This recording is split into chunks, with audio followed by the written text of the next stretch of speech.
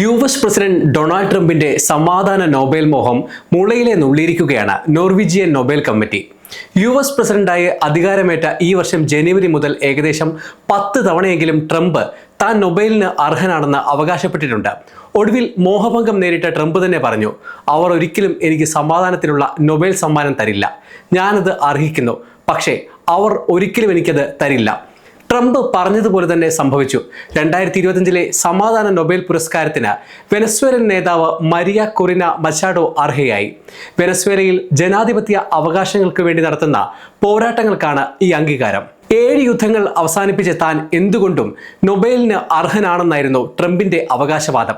ഇസ്രയേലും ഹമാസും സമാധാന കരാറിലേർപ്പെട്ട് 2 വർഷത്തോളം നീണ്ട ഗാസയിലെ യുദ്ധം അവസാനിക്കുകയാണെങ്കിൽ തന്റെ പട്ടികയിലെ 8ാമത്തെ യുദ്ധമായിരിക്കുമെന്നും ട്രംപ് സൂചിപ്പിച്ചിരുന്നു.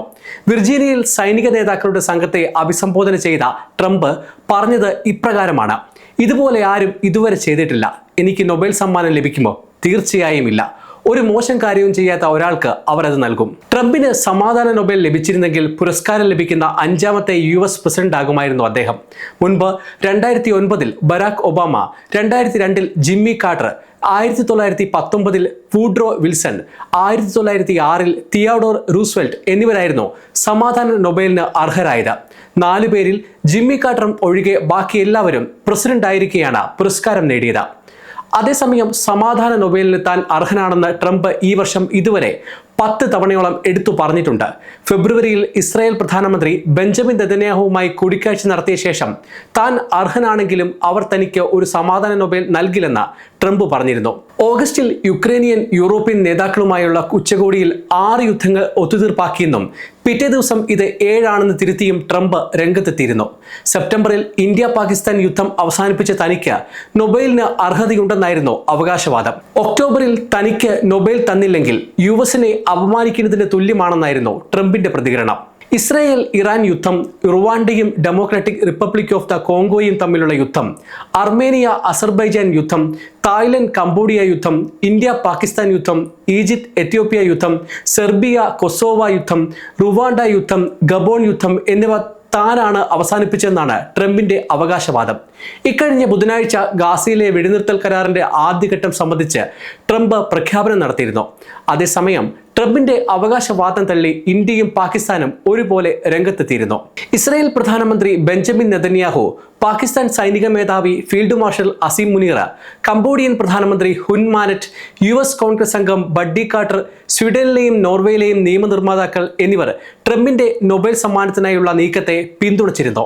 നൊബേൽ കമ്മിറ്റിയുടെ നാമനിർദ്ദേശത്തിനായുള്ള അവസാന തീയതി 2025 ഫെബ്രുവരി 1 ആയിരുന്നു. നെതന്യാഹുവിന്റെയും പാകിസ്ഥാൻ സർക്കാരിന്റെയും നാമനിർദ്ദേശങ്ങൾ ഈ തീയതിക്ക് ശേഷമാണ് വന്നത്. അതിനാൽ ഈ വർഷത്തെ പരിഗണനയ്ക്ക് അവ യോഗ്യമായിരുന്നില്ല. ഇത്തവണ 338 നാമനിർദ്ദേശങ്ങളാണ് നൊബേൽ കമ്മിറ്റിക്ക് ലഭിച്ചത്. ഇതിൽ 244 വ്യക്തികളും 94 സംഘടനകളുമാണ് ഉണ്ടായിരുന്നത്. ട്രംപിന് എതിരായത് എന്തൊക്കെയാണെന്ന് നോക്കാം. നോർവീജിയൻ ദിനപത്രമായ വിജിയുടെ റിപ്പോർട്ട് പ്രകാരം നൊബേൽ കമ്മിറ്റി തിങ്കളാഴ്ചയാണ് തീരുമാനമെടുത്തത്. ഗാസ കരാർ പ്രഖ്യാപിക്കുന്നതിന് മുമ്പായിരുന്നു ഇത്. കരാറിനെ കുറിച്ച് അറിഞ്ഞിരുന്നെങ്കിൽ പോലും കമ്മിറ്റി ഒരു തീരുമാനത്തിലേക്ക് തിരക്കിട്ട് നീങ്ങാൻ സാധ്യതയില്ലെന്നാണ് റിപ്പോർട്ട്. നൊബേൽ കമ്മിറ്റി സ്ഥിരതയുള്ളതും ബഹുമുഖവുമായ ശ്രമങ്ങൾക്കാണ് മുൻഗണന നൽകുന്നതെന്ന് നൊബേൽ പുരസ്കാര വിദഗ്ധർ പറയുന്നു. ട്രംപിന്റെ ശ്രമങ്ങൾ ദീർഘകാലം നിലനിൽക്കുന്നതായി തെളിയിക്കപ്പെട്ടിട്ടില്ലെന്നും അവർ ചൂണ്ടിക്കാട്ടുന്നു.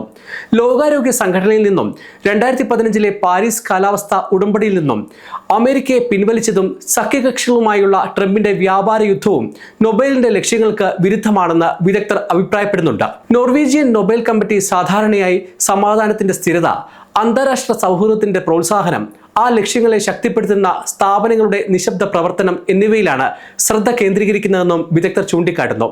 റഷ്യൻ പ്രസിഡന്റ് വ്ളാഡിമിർ പുടിനുമായുള്ള ട്രംപിന്റെ അനുരഞ്ജന ശ്രമങ്ങളും ഇതിന് കാരണമായി ചൂണ്ടിക്കാണിക്കപ്പെടുന്നുണ്ട്. അതേസമയം ഭാവിയിൽ നയതന്ത്രപരമായ ഇടപെടലുകൾ സ്ഥിരമായ ഫലങ്ങളിലേക്ക് നയിക്കുകയാണെങ്കിൽ ട്രംപിന്റെ സാധ്യത വർദ്ധിച്ചേക്കാമെന്നും വിദഗ്ധർ പറയുന്നു.